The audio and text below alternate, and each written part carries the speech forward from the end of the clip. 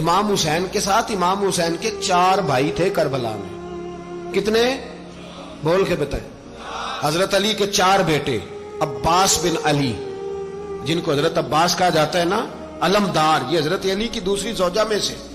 عباس بن علی بھی تھے اور ابو بکر بن علی بھی تھے، عمر بن علی بھی تھے، عثمان بن، یہ حضرت علی کے بچوں کے نام ہیں.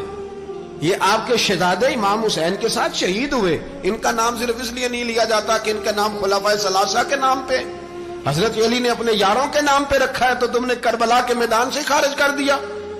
یہ تینوں شہزادے حضرت جناب سیدنا امام حسین کے ساتھ تھے، یہ بھی شہید ہوئے. حضرت جناب زینب امام حسین کی سگی بہن ہے. ان کے 2 بچے تھے، اون و محمد. جب امام حسین میدان میں جانے لگے تو جناب زینب بچوں سے کہنے لگی نہ، پہلے بھائی نہیں جائے گا، پہلے بھانجے جائیں گے. 2 بچے شہید ہوئے. حضرت قاسم بن حسن امام حسن کے بیٹے تھے. وہ جب میدان میں جانے لگے تو امام حسین نے کہا نہیں بھائی تو نہیں جائے گا، تو میرے بھائی کی نشانی ہے، میں جاؤں گا. تو حضرت قاسم بن حسن نے ایک تعویذ کھول کے دیا کہ ابا جی میرے والد نے کہا تھا جب بڑی مشکل آ جائے تو تعویذ کھول کے دیکھنا. تو آج بڑی مشکل آئی ہے تو میں نے تعویذ کھولا ہے، تو یہ دیکھیں کیا لکھا ہے. یہ تو رکا ہے، تعویذ ہے ہی نہیں. جب کھول کے دیکھا تو اس پہ لکھا تھا قاسم اگر حسین پہ کوئی کڑا وقت آ جائے تو بیٹے کے آگے آگے رہنا، اگر کڑا وقت میرے بھائی پہ کبھی آ جائے نا دیکھنا اس کے آگے آگے چلنا، اسے حسن کی کمی نہ محسوس ہو. پائیاں جہاں ساک نہیں کوئی جے وچ خار نہ ہوئے. سیدنا امام حسین پہلی دفعہ کربلا میں اس وقت روئے جب یہ رکا. آپ نے دیکھا تو فرمایا ٹھیک ہے، اگر حسن کی یہ وصیت ہے تو میں نے زندگی میں اگر ان کی ہر بات مانی ہے اب بھی مانوں گا، تمہیں اجازت ہے. جناب قاسم بن حسن 16 سال کا جوان جب میدان میں نکلے تو ہائے ہائے پتہ نہیں کہاں سے آ گئی ہے. امام قاسم بن حسن جب میدان میں نکلے تو تبری سے لے کر علامہ ابو الاسناد صاحب سب کو پڑھ کے تو دیکھو. 3 دن کی پیاس ہے، شدید آزمائش ہے، دکھ ہے، تکلیفیں ہیں، پھر بھی پہلی دفعہ جب میدان میں گئے ہیں واپس آئے ہیں 19 لوگوں کو قتل کر کے واپس آئے. 19 لوگوں کو ایک بار میں حضرت ایسے ہی تماشا بنا دیا. مظلوم تھے وہ تو رو رہے تھے. ہر مقرر یہ کہہ رہا ہے کہ وہ تو بار بار کہہ ابا پانی مل جائے، پانی آ جائے، ترس گئے. خدا کا خوف کرو، یہ دلیر لوگ تھے. ان کی باتیں آج بھی پڑھ کے دلیری پیدا ہوتی ہے، دلیری پیدا ہوتی ہے، دلیری. سناؤ قصہ خیبر کو تمامی اپنے بچوں کو. علی کی داستان سن کے دلوں سے ڈر نکلتا ہے.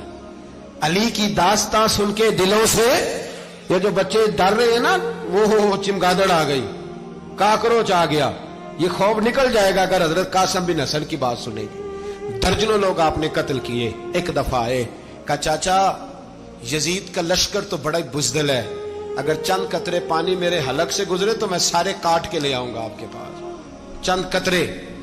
لیکن تھوڑی دیر گزری، عمر بن سعد کہنے لگا اکیلے اکیلے جاؤ گے تو علی کا پوتا ہے، یہ سب کو مار دے گا، کٹھے جاؤ. چاروں جانب سے تیر برسے. ایک تیر لگا آ کے گردن کے پیچھے، بس جناب سیدنا قاسم بن حسن گھوڑے سے نیچے گرے. تو جناب زینب حوصلہ کر کے آنسو سمیٹ کے کہنے لگی میں دیکھ رہی ہوں پردے کے پیچھے سے حسین میرے بھائی کا بیٹا گر گیا ہے، جا اسے اٹھا کے لا. حضرت امام حسین ان کو اٹھا کے لائے تو امام حسین نے سینے سے لگایا ہوا تھا تو ان کے پیر، ان کا قد لگتا تھا امام حسین سے زیادہ ہے. اٹھا کے لایا، لٹا دیا گیا. امام حسین کے اپنے بڑے بیٹے میدان میں نکلنے کو علی اکبر نام ہے.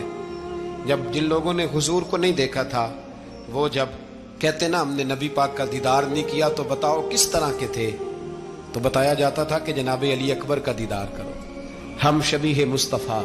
اور جب وہ گلیوں میں نکلتے تھے تو عورتیں چھتوں پہ چڑھ جاتی تھیں. جناب علی اکبر رضی اللہ تعالیٰ عنہ تلوار لے کے میدان میں نکلے، جوان بیٹے دینے بڑے مشکل. او یارو رٹا کیا ہے یہ تو بتاؤ کہ ظالم آدمی حکمران ہے یار، یہ رٹا ہے، ایک ظالم کا رستہ روکنا ہے. اس رٹے کے لیے ہم شبیہ مصطفیٰ جناب سیدنا امام علی اکبر میدان میں نکلے، بڑے لوگ مارے، بڑے. پھر ایک تیر ان کے بھی گلے میں لگا اور جب وہ گرے نا زمین پہ تو حضرت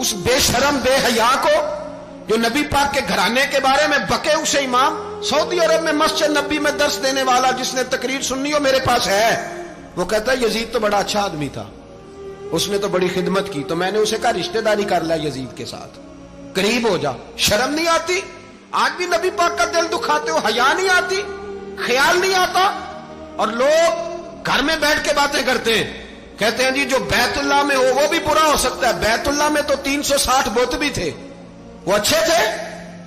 مدینے میں تو 360 منافق بھی رہے, پوری سورہ منافقون نازل ہوئی, وہ اچھے تھے. عجیب تماشا بنا دیا لوگوں نے مذہب کا. کہتا ہے یزید نے تو بڑی خدمت, تو عبید اللہ ابن زیاد نے قتل کیا. بے شرمو, اگر عبید اللہ ابن زیاد نے بھی قتل کیا تھا تو حکومت کس کی تھی؟ تو پھر یزید نے عبید اللہ ابن زیاد کو سزا کیوں نہیں دی, بلکہ ایک جگہ 2 گورنریاں دی اس کو؟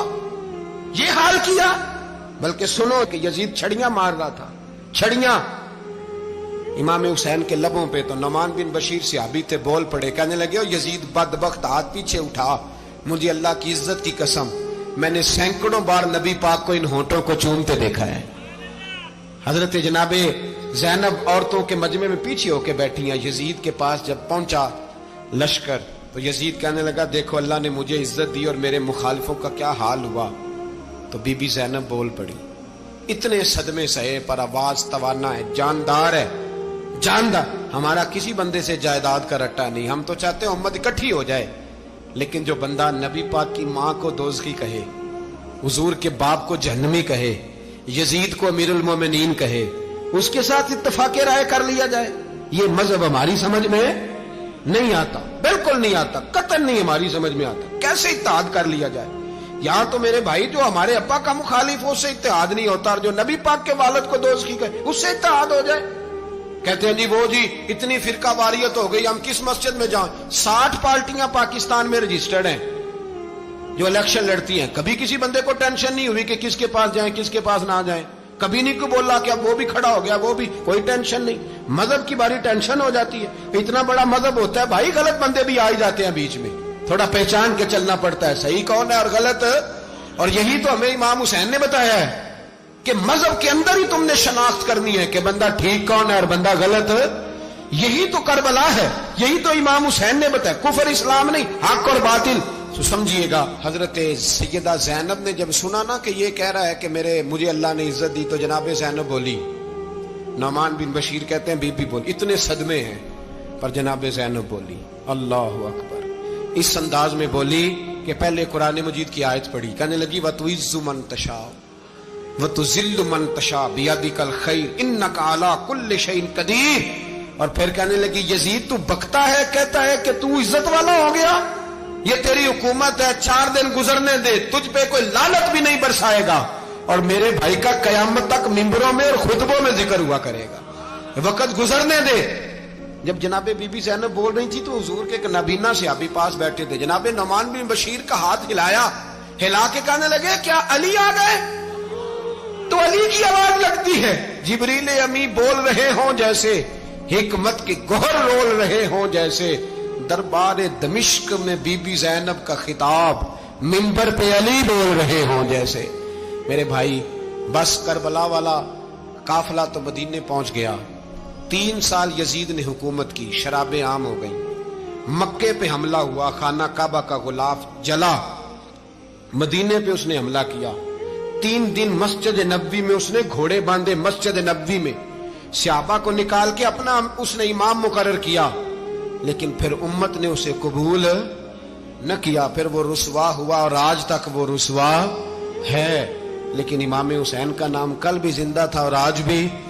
درس یہ ہے, درس یہ ہے, پیغام یہ ہے, پیغام یہ ہے. یاد رکھو موت تیزی سے آ رہی ہے, ہمارے ساتھ والے دائیں بائیں والے سب چلے گئے, اسی طرح نمبر لگے گا, ایک دن اعلان ہوگا. ضمیر کے قیدی بن کے زندگی نہ گزارو, بالکل نہ گزارو. یہ تھوڑی سی زندگی ہے, دنیا سجن المومن.